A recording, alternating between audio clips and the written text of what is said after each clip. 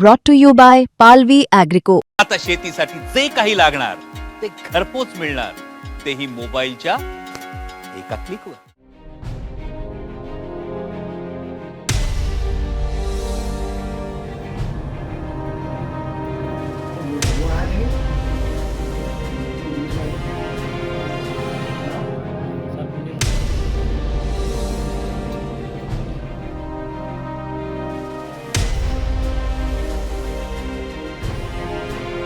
माझा मुलगा माझ्यासोबत नाही आहे याचं लय मला दुःख आहे.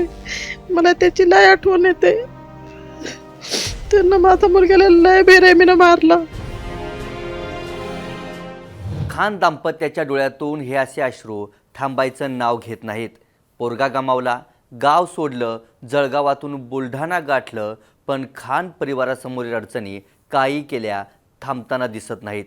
पण हे प्रकरण नेमकं काय आहे तेच जाणून घेऊयात. नमस्कार, मी लखन आदाटे आणि तुम्ही पाहताय मुंबई तक. 20 वर्षीय सुलेमान खान ऑनलाईन फॉर्म भरून देण्याचं काम करत होता. 11 ऑगस्ट 2025च्या दुपारी सुलेमान जामनेरमधील एका कॅफेमध्ये ओळखीच्या मुलीसोबत चहा घेत होता. त्याचवेळी 8 ते 10 तरुण आले आणि त्यांनी सुलेमान खानला थेट मारहाण करायला सुरुवात केली. जखमी सुलेमानला दुसऱ्या गावात नेऊन ही मारहाण केली. शेवटी बेटावद या मूळ गावात नेत पालकांसमोरही बेदम मारलं. आरोपींपासून सोडवत कुटुंबानं जामनेर रुग्णालयात नेलं, परंतु डॉक्टरांनी तिथं सुलेमानला मृत घोषित केलं. पोलिसांनी या घटनेनंतर 11 जणांवर गुन्हा दाखल केला होता. त्याच रात्री 4 आरोपींना तर काही दिवसांनी 6 आरोपींना अटक केली होती. एक आरोपी फरार आहे. फरार असलेला आरोपी कॅफे मालकाचा धाकटा भाऊ असल्याची माहिती आहे. त्यानंतर हे प्रकरण कोर्टात गेलं. सगळे आरोपी कोठडीत होते. काही दिवसांआधी मात्र ज्याची भीती होती तेच झालं. आरोपींना कोर्टाकडून जामीन मिळाला आणि आरोपी पुन्हा एकदा गावामध्ये खुलेआमपणे फिरू लागले. त्यात जामीन मिळालेले सुलेमानचे 4 मित्रसुद्धा होते. ते सुलेमानचे वडील रहीम खान यांच्या नजरेसमोरही 2-3 वेळा आले. या घटनेनंतर खान परिवाराच्या मनात भीती भरली. सुलेमानसारखं आम्हालाही संपवतील या भीतीनं मनात घर केलं.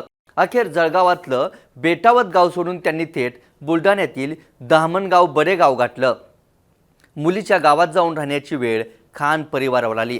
मुंबई तकचे प्रतिनिधी जका खान यांच्याशी संवाद साधताना सुद्धा खान दाम्पत्याच्या डोळ्यातले अश्रू थांबत नव्हते. माझ्या लेकराला जनावरापेक्षाही वाईट पद्धतीनं मारलं, मी त्या गावात परतणार नाही म्हणत सुलेमानची आई टाऊ फोडते. तर माझ्या सुलेमानला पिक्चरमधल्यासारखं रिंगण करून मारलं, त्याचे मित्रही वाचवायला आले नाहीत, अशी खंत सुलेमानच्या वडिलांनी व्यक्त केली आहे. माझा मुलगा माझ्यासोबत नाही आहे याचं लय मला दुःख आहे. मला त्याची लय आठवण येते. त्यांना माझ्या मुलग्याला लय बेरेमीनं मारलं. मला त्या गावात जावं वाटत नाही. तो आता पोलीस भरतीला होता. पोलीस भरती त्याला तयारी चालू होती.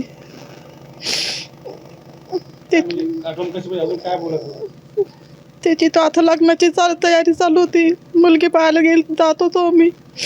त्याच्या पाहुण्यानं त्याला कपडे लागत आणले होते का माझ्या मुलगाला न्याय मिळावा. हे सुलेमान गेला असं कोणी सुलेमानना जाय, कोणी आईची कोक खाली नव्हे म्हणून सर फक्त मुलग्याला न्याय मिळायला पाहिजे. 3 महिने होतं त्यांनी आमच्या गावातील जे मारेकरी त्यांची बेल करून सुटका केली. ती गावात बिनधास्त फिरताय त्यांचा पण आम्हाला धाक आहे. त्या धाकामुळे आम्ही दामणगावडे इथे राहण्यास आलो. एकदम जवळचे मित्र होते. त्याच्या उठणं बसणं खेळणं सगळं त्यांच्यासोबत होतं. कुठं फिरायला बी त्यांच्यासोबतच जायचा तो. एकदम जवळचे मित्र होते. त्यांनीच त्याचा विश्वासघात केला. सहकार्याने केलं. गावात बघायची भूमिका घेतली त्यांनी. गाव इतक्या मोठ्या संख्येनं होतं. ते काय 5-25 लोक होते, पण त्यांना कोणीच असं सांगितलं नाही का मारताय, कोण मारताय, काय त्याचा गुन्हा आहे, कोणीच सहकार्य केलं नाही. काय त्या गावाचा विश्वासच राहिला नाही. त्या गावात जावंसं वाटत नाही. कोर्टात अपील केलेली आहे आणि 12 तारीखला काय होते ते पाहू. नाही तो आम्ही याच्या विरुद्ध high court, session court, high court, supreme कोर्टपर्यंत जाऊ आणि यांना कडीची कडी शिक्षा व्हावा याची फुल कोशिश करू. आरोपींच्या जामिनाविरोधात आता खान परिवाराने हायकोर्टात जाण्याचा निर्णय घेतलाय. पण या प्रकरणात अनेक धक्कादायक खुलासे होत आहेत. सुलेमान खानला मारहाण करणाऱ्यांमध्ये त्याचा मित्रही होता. सुलेमान ज्याला जान म्हणायचा त्या मित्रानेही वार केले. अभिषेक राजकुमार राजपूतसह इतर मित्रांसोबत काही दिवसांआधीच सुलेमान सहलीला गेला होता.